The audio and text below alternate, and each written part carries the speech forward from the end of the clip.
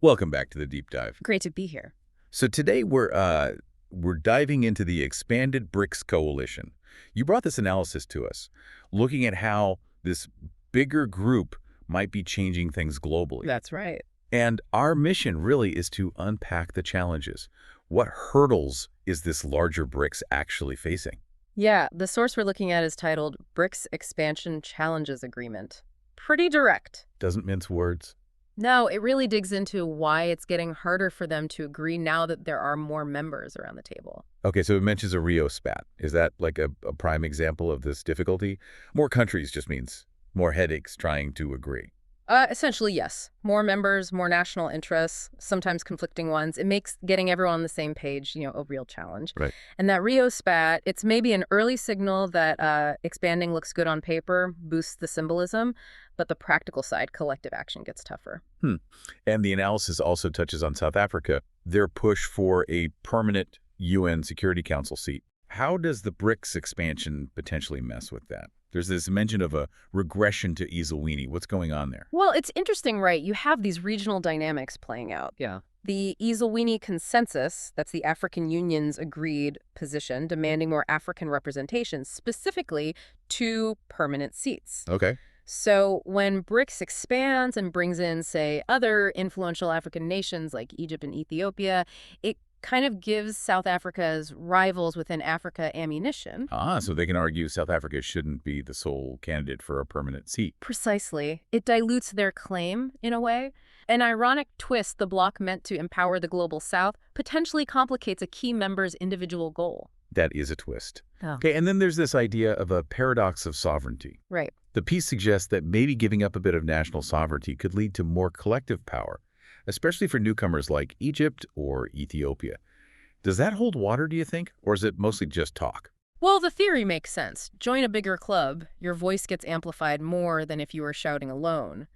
Think of it like a smaller company joining a big industry group. Yeah, got it. But the analysis rightly questions if this actually translates into real-world clout, actual policy shifts, beyond just sounding more important together. Which brings us neatly to the Kazan summit mentioned in the piece. Sounds like they made a lot of noise politically criticizing Western sanctions, talking about Gaza, taking shots at Bretton Woods institutions. Definitely strong rhetoric, yeah.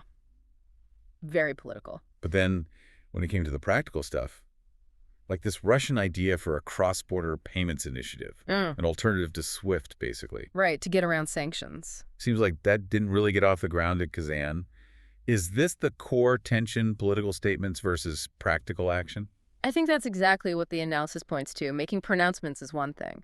Building concrete alternatives, like a payment system that needs deep, deep agreement on really complex stuff, technical, economic. Across very different countries and systems. Exactly. The fact that the payments initiative stalled, it suggests the political will might be there in spirit, but aligning all those diverse members for practical steps is proving very difficult. So the bottom line here seems to be this struggle to agree consistently really holds Brics back. It limits its ability to be a serious counterweight to, say, the G20 or the EU. That seems to be the core argument, yeah. The expansion signals this shift towards, a more multipolar world, that's clear. Right. But the internal disagreements, the difficulty turning pronouncements into policy, those are major roadblocks. To be a true geopolitical rival, you need a level of coherence, of unified action that bigger Brics maybe hasn't found yet. Okay. So wrapping up, the key takeaway is expansion brought more symbolic weight, definitely.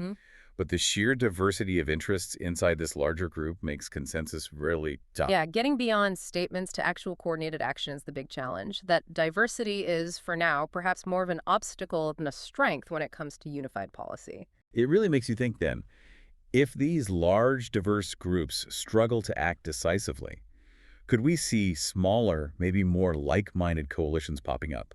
Groups focused on tackling very specific problems more effectively. That's a really interesting thought to leave things on, something to watch. Definitely something to consider. Thanks for this deep dive. My pleasure.